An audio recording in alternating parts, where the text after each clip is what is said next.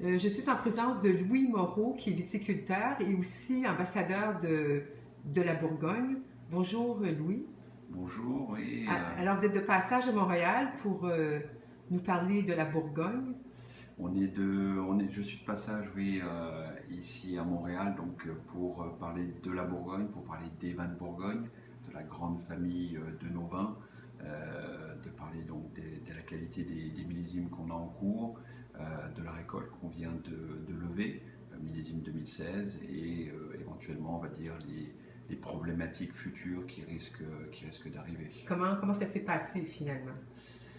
Le On a eu, millésime. le millésime a été très compliqué. C'est vrai qu'on en a largement parlé avec tous nos amis, tous les acheteurs, avec les agents.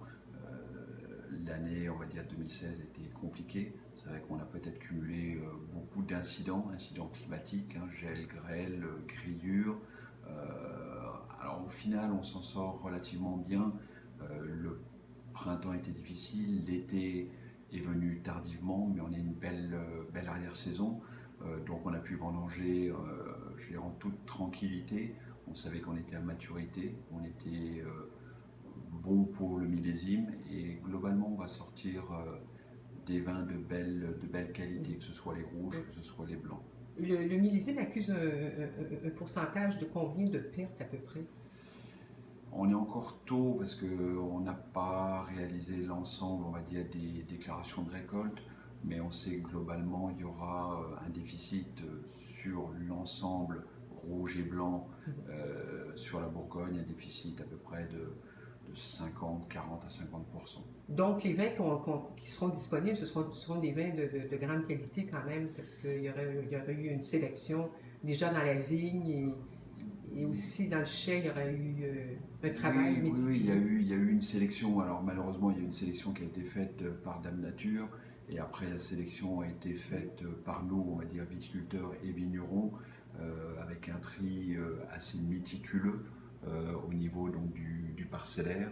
Et après, donc de nouveau, un gros travail en cave, parce qu'on sait que dans les années difficiles, comme 2016, c'est une année donc, de viticulteurs, de vignerons, pour aller sortir des grands millésimes.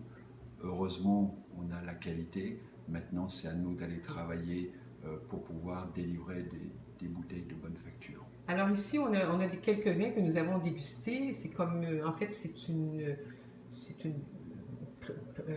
présentation de différentes régions, Tout à fait, une, oui. une On a palette de voulu vins. une palette de vins. On a voulu sortir des vins. Alors, on est parti, on va dire, du nord au sud, aussi bien sur les blancs que sur les rouges. Ce qu'on a voulu montrer, en fin de compte, que pour ici, au Québec et à Montréal, où nous sommes aujourd'hui, c'est que la Bourgogne a encore des vins qui sont abordables en termes de prix sur les tablettes en magasin, euh, avec des créments, avec des macons, où on aura des vins un petit peu plus, on va Ça, dire, c'est un crément rosé, en fait, un crément rosé, tout à fait, oui, assez festif d'ailleurs. oui, oui, c'est sur le fruit, c'est assez festif, c'est rond, c'est assez joli.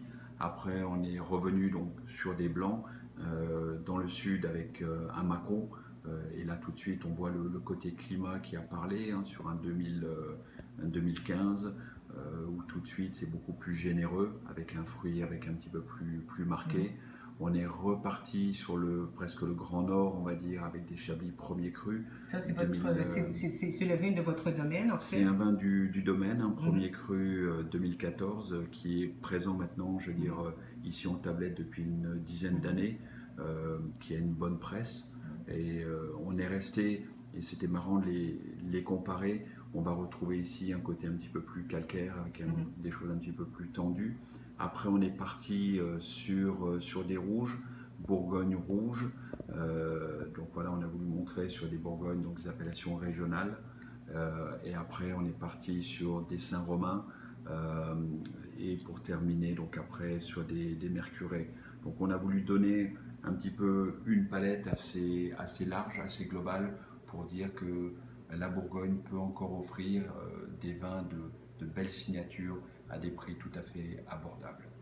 Merci Louis Moreau, au plaisir de vous retrouver en Bourgogne pour moi et peut-être de revenir à Montréal nous revisiter. Ce sera toujours un plaisir de revenir ici à Montréal parce qu'il y a une longue histoire d'amour entre la Bourgogne et le Québec. Merci et bonne dégustation. Merci.